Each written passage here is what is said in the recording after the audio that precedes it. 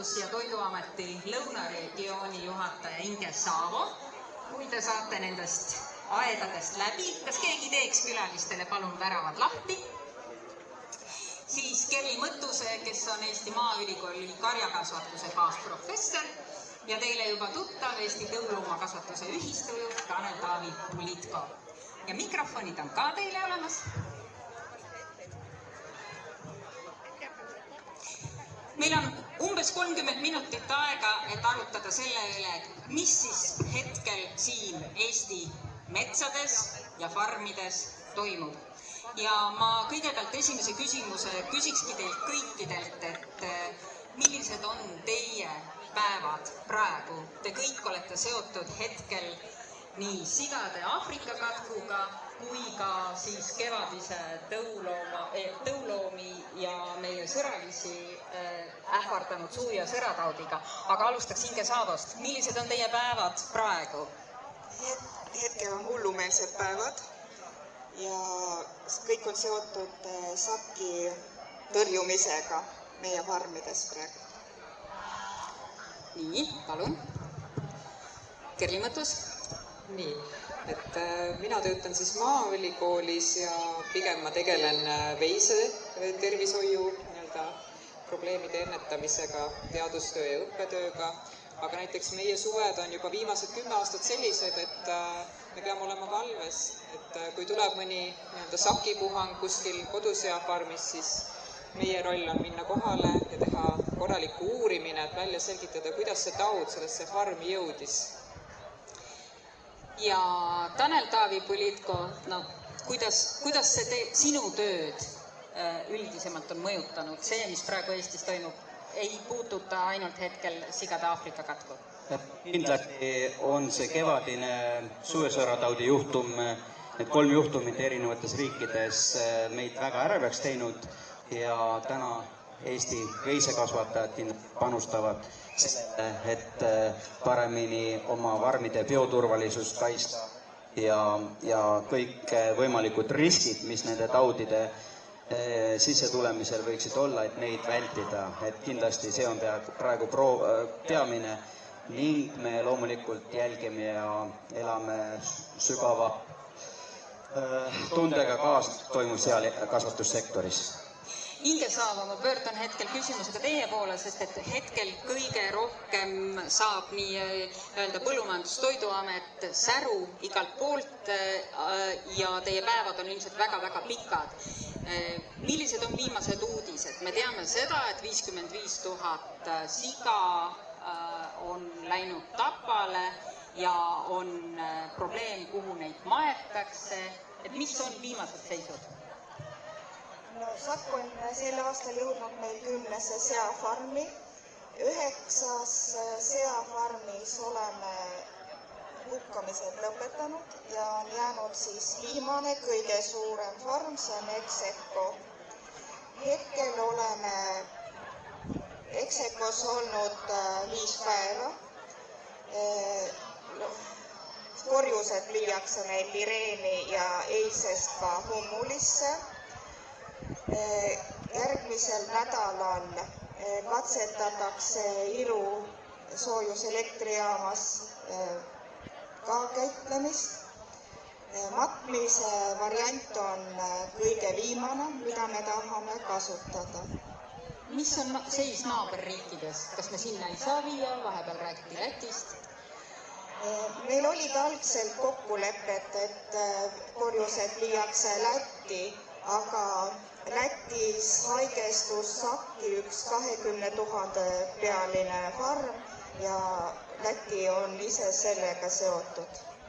Kerli Mõttus, miks praegu suvisel ajal on sigade katk kõige võimsam, kõige jubedam, kõige rohkem ründavam ja tapvam?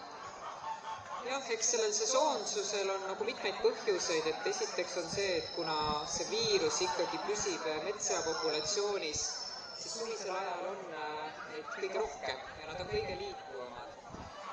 Nad käivad põldudel, toitu otsimas, mis on sageli farmide lähedal, et see viirus jõuab nii sigadega kui tegelikult põllutehnikaga ja inimestega lihtsalt farmidele väga lähedale. Ja mida lähedamal ta on, seda lihtsam on selle sattumine farmi, kas siis jällegi masinatega, mis peavad farmi territooriumile tulema, inimestega või tegelikult ka putukaga, mida ei saa välistada. Tanel Taavi, no kevadel oli suu- ja sõrataud, nüüd on järgmine hirmus taud, linnugripist ka paar sõna rääkisime. Kuidas käituvad või millised on esimesed reaktsioonid, mida te omavahel loomakasvatajad arutate või teete, kui on näha, et mingi jube oht on tulemas? No ma mäletan seda kevadist perioodi, kui need suu- ja sõrataudi juhtumid hakkasid Euroopast levima, siis teatavasti meie karjad on ka väga suured, et see kontsentratsioon loomi ühel asukohal on väga ulatuslik ja eeskätt just karjakasvatajad helistasid ja uurisid ja pöördusid meie poole, et mida nad saavad teha oma karjade kaitseks ja täna kindlasti olukord, mis oli kevadel veisekarjades, on palju rohkem paremuse poole muutunud, et on desobarjäärid, liikumine karjafarmide ümber on aiad, loomakasvatajad ise on teadlikumaks muutunud, et need on kõige suuremad riskid. Ja loomulikult kõik see personal ja teenindav transport, mida igapäevaselt farme teenindatakse, et neid taude vältida peabki olema see, et kõik see ahel oleks väga tervikuna läbi mõeldud ja me kõik osapooltena jälgiksime seda väga rangelt. Ehk et praegu on see just nimelt see põhjus, miks täna on siin vähem loomi väljas ja miks ka avatud talude päevad olid osalt suletud talude päevad. Täpselt nii see on, et suured karjad, just nimelt piimakarjad, ei ole sellel aastal võtnud julgust siia välja tulla, et loodame, et need taudide olukorrad muutuvad järgmiseks aastaks meie kasuks, et me saame tõepoolest oma loomi ja oma töösaavutusi teile ka tutvustada. Kevadel me siin muuseumis lauda teisel korrusel avasime veterinaaria näituse, kus oli muu hulgas räägitud sellest, et kuidas loomad on või inimesed on loomi ravinud aegade algusest peale ja kuidas ka taolised katkud on tegelikult siis koduloomadega kaasas käinud põhimõtteliselt aegade algusest peale. Ja sellest uuringust ka, mida me tegime enne näituse avamist, tuli välja see, et tegelikult täna me toimetame nende haigestunud loomade või nende farmidega, kus haigus on sees, täpselt samamoodi nagu paar tuhat aastat tagasi, täpselt samamoodi nagu mitusada aastat tagasi. Miks ei ole leitud veel midagi mõistlikumat, säästvamat, kas või vaktsiini loomadele, et päästa see valu ja häda? Mis te teete, teadlased? Kas te magate? Kindlasti teadlased ei maga ja see on nii põletav probleem, et sellega tegeletakse väga paljudes riikides. Mis puudutab nüüd sigade Aafrika katkuviirus, siis tegemist on hästi keeruka viirusega, tema genoom on selline, mille osas ei ole võimalik välja sealt kookida sellist head antigeeni, mille vastu teha väga efektiivne vaktsiin. Et väga paljud teadlased üle maailma tegelevad sellega. Vietnamis, Hiinas kuskil ikkagi ka proovitakse nende kasutamist sigade Aafrika katku jaoks, aga nähakse tegelikult seda, et nad ei ole niivõrd hästi toimivad, et nad ennetaks täielikult nakatumist, see viirus endiselt tsirkuleerib seal ja meie Euroopa Liidus oleme võtnud seisukoha, et nii kaua, kuni need vaktsiinid ei ole efektiivsed, me neid turule ei luba, sest see loob täiendava riski, et see liha satub siis loodusesse või kuhugi nakkusvabadesse piirkondadesse ja see viirus lihtsalt jätkab oma levikut. Aga oskate prognoosida, kui kaugel te olete, kui inimesi ründas koroona, siis suhteliselt lühikese aja jooksul leiti ikkagi vaktsiin. Nüüd on vähemalt sama valus haigus, mis loomi kimbutab ja ründab ja ei ole nagu midagi, et on olemas mingi lähiaeg või prognooski, millal sinna jõutakse. raske öelda, et kuna tegemist ei ole lihtsalt mingisuguse tehnilise puudujäägiga, vaid see on lihtsalt viiruse keerukusest tingitud aspekt, siis on tegelikult seda väga raske prognoosida. Aga Inge Saavo, kas teie oskate prognoosida hetke olukorda? Tegelikult tuli meil suve hakul tulid esimesed sigade Aafrika katku siis haiguse ja rünnaku märkmed, siis augustis siin oli enne eksekut üks enam-vähem nädal aega, kus oli vaikus, siis tuli selline tõeline plahvatus, et kas te oskate prognoosida, mis veel edasi saab? No hetkel prognoosida ei oska, aga meil on praegu kitsendustega farmid, kuhu eksekost viidi põrsad. Et me peame nüüd jälgima, kuidas nendes farmides sigade tervis on. Et neid on 6 farmi, kes on meie jälgimise all. Ma võtan taas kord laiemaks sellest teema, et Tanel Taavi, et sina tegeled tõuloomadega, kui 27 000 siga või hukati seetõttu, et Eniste farmi, eks ju, jõudis see haigus. Siis oli ka juttu sellest, et tõuaretusele võib olla kriips peal. Noh, need olid sellised hüsteerilised esimesed hõigatused, aga mida just tõuloomade aretajad teevad või mõtlevad teistmoodi või kui nad seda teevad, et millal teie jaoks on selline nagu tõeline kriis või selline tunne, et noh, et elutööle ja kolleegide elutöödele on võib-olla küsimärk seatud. Kas see ähvardab?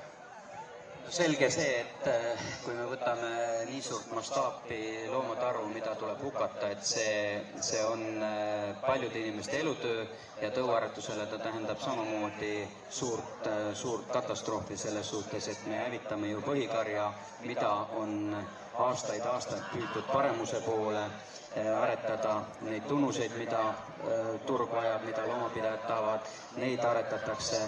Ja kui sul ühel hetkel on fakt valida, et sinu kari tuleb hukata, siis tegelikult see on reaalne katastroof. Ja sigade puhul on võib-olla see küll lihtsam, et kuigi maaeluminister ütles, et metssigad poegivad lausa 3 korda aastas, siis tegelikult tõsi on, et nii palju nad just ei poegi, aga sigade sigimistsükkel on tõesti kiirem. Et veiste puhul, kui me ikkagi täna mõtleme, et me peame nullist alustama, see võtab praktiliselt ikkagi 4 aastat, kui see lehm hakkab taas piima tootma. Nii et see on tõuaretus mõttes väga suur katastroof ja kindlasti on olnud ka mitte ainult need 2 mainitud haigust, meil ju lähi 20 aasta suured katastroofid oli ju ka 90ndate lõpus hullulehmataud, mis tappis ja mille tõttu tapeti väga palju loomi Inglismaal, Hollandis. Et see on traagika ja arvestades seda, et ühekordselt need loomad hukatakse, aga need ettevõtted, need inimesed, kõik, kes ilma tööta jäävad ja kas seda uuesti suudetakse alustada, see on väga kaheldav. Nüüd ma korraks palun publiku abi, olge kenad, tõstke kätt need, kellel endal on kodus farmiloomad. Siin ei näe kedagi. Siis ongi järgmine seal on 3, aitäh teile. Siis ongi järgmise küsimuse vastus kõigile teile. Mida meie, ka minul ei ole peale kassi, mitte ühtegi looma kodus, mida meie saame ja peaksime oskama teha, et suu- ja sõrataud, hullulehmatõbis, sigade Aafrika katk või siis tavaline sigade katk ja nii edasi, ei jõuaks meie farmidesse. Mida me saame teha? Kes vastab esimesena? Inge Saavo, see on ilmselt küsimus, mida teie käest väga-väga palju küsitakse. Kui ma võtan kõigi nakkushaigused üldiselt, siis kui te lähete välismaale, palun ärge tooge loomseid toiduaineid Eestisse. et need võivad paratamatult sattuda kuskile loomafarmi ja sellega ongi see nakkus sisse toodud. Siis sigade Aafrika katku puhul, kui lähete metsa, teil on lähedased, siis arvestage sellega, et kõik metsas käidud riided peaks pesema, korvid puhtaks tegema ja parem, kui ei külastaks neid oma sugulasi või tuttavaid, kellel on seafarmid. Ehk et me kõik oleme potentsiaalselt nakkuse edasikandjad. Nii, mida teised veel soovitavad? Aga kuniks teised mõtlevad, siis ma küsin. Tegelikult on käinud ka juttu sellest, et PTA oma töötajad võivad ju nakkust farmist farmi edasi kanda. Hetkel on räägitud seda sigade katku puhul või ka need samad masinad, kus need sead on, kui nad ära lähevad, võivad nakkust edasi kanda. Et siin paar nädalat tagasi oli hästi palju keerles taolisi küsimusi. No üldiselt meie ametnikud jälgivad bioohutusnõudeid. Samas, kui ametnik läheb farmi, siis farmi omanik peab tutvustama, millised on tema bioohutusnõuded ja meie ametnik peab neid järgima. Ma loodan, et meie ametnikud on piisavalt pädevad. Aga seesama teie masinate rattad, rehvid, mis võivad edasi kanda? Meie autod ei käi territooriumil. Nii, Tanel Taavi? Eks meie elu on samamoodi muutnud see väga palju ja kindlasti, kui mõelda, mida tavainimene saab teha, siis ongi, et ilma omanike lubadeta kindlasti võõrastesse farmidesse, taludesse, ettevõtetesse mitte minna, mis konkreetselt näiteks meie elu on muutnud peale suvesäratauti puhanguid Euroopas, on see, et Eestil on teatavasti väga suur tõuloomade ja loomakasvatuse ekspordiväärtus ja väga palju loomi viiakse ekspordiks, siis ka täna need välismaised ostjad peavad jälgima aega, mida nad on eelnevalt Eestis viibinud enne loomade valikusse suundumist. Samuti need loomad veetakse ka originaalfarmidest kogumispaikadesse kokku, nii et kogumiskeskuses valitakse loomad välja. Nii et meil kõigil on oma osa teha ja püüda aidata loomapidajaid tõesti, et meie loomakasvatussektor jääks püsima, sest meie loomakasvatuse sektor on niigi väga väike ja kui ta saab veel sellistest taudidest nii suure haavatuse, see on kindlasti väga-väga raske. Kerli mõtlus teile ka seesama küsimus, et mida meie, kes me siin tribüüni peal istume või ka mina siin saame teha selleks, et taudid ei levi, kas te oskate ka teadlasena sellele ja ka loomaarstina sellele midagi soovitada? Jaa, et tegelikult Inge ja Tanel Taavi andsid väga hea ülevaate, et just see metsas käimine, looduses käimine, et see on väga suur riskikoht, aga võib-olla juurde ütleks seda, et kui te seal ka märkate või leiate mõne surnud metsja, et siis kindlasti temast eemale hoida, mitte minna sinna lähedale uudistama, sest enamus metsas surnuna leitud metssigadest on surnud sellesse viirusesse, et see on väga suur oht, et te nii-öelda enda jalanõud saastate sellega. Neid jalanõusid, mida te metsast kannate, kindlasti võimalusel ärge kandke kuskil mujal, et see oleks nagu oluline. Ja teine, kuidas seda sektori olukorda me saame kõik väga palju toetada, on see, kui me lihtsalt ostame poest eestimaist liha ja lihatooteid, et see on praegu ülioluline, et meie oma tootmine püsima jääks. Aitäh, see on väga hea soovitus, aga ühe asja ma tahaks veel selgeks saada, mida ma olen kuulnud hästi palju küsitavat. Kui ühes farmis on 1 või 2 või 3 nakatunud looma, jutt oli just toidusööge, eks ju, eestimaist liha, siis miks ei või nendest ülejäänutest süüa teha, toitu teha, vorsti teha? Kes teist oskab vastata? kui see üks nakatanu on farmis, siis see tähendab, et tegelikult nakkus on üldse farmis olemas ja kõik sead ei pruugi haigestuda, et see peiteperiood on siin 5–15 päeva ja need loomad võivad järk-järgult haigestuda ja kui satub meie toiduahelasse näiteks tapamajja loomi sellest farmist, siis me ei ole kindlad, et see värske liha ei ole viirusega nakatunud ja me saastame ja viime seda viirust edasi teistesse farmidesse. Hästi, aitäh selle vastuse eest ja selgituse eest. Meile paistab praegu lagi pähe suur suvine päike. Kas me võime loota ja arvata, et kui sealt need päikesele pilved ette lähevad ja päriselt sügis tuleb, et siis sellest taudist me hakkame lahti saama, ehk et inimene on põhimõtteliselt abitu küll, aga loodus ise teeb mingid korrektiivid. Mis teile, kas on mingi aeg, mida te ootate ja loodate, et siis peaks minema natuke lihtsamaks? Jah, et vaadates eelmiste aastate mustreid, siis me näeme seda, et SARS-viiruses on kõrghooaeg on mais-septembrini, et ta on tugevalt sesoonne väga erinevatel põhjustel ja loomulikult sügise saabudes me võime eeldada, et see risk väheneb, aga ta jääb metsa levima, et see on paratamatu ja kindlasti meie jahimehed teevad ja peavadki tegema väga head tööd, et seda metsapopulatsiooni seal kontrollida, seeläbi viirusnakkusfooni siis nagu maha tuua, et uuel aastal oleks see olukord kiire. Inge Saavo? Samad sõnad, et ma loodan, et septembriga saab see kõrghooaeg läbi ja senine praktika ongi olnud, et meie nakkused on olnud juunist septembrini. Tanel Taavi?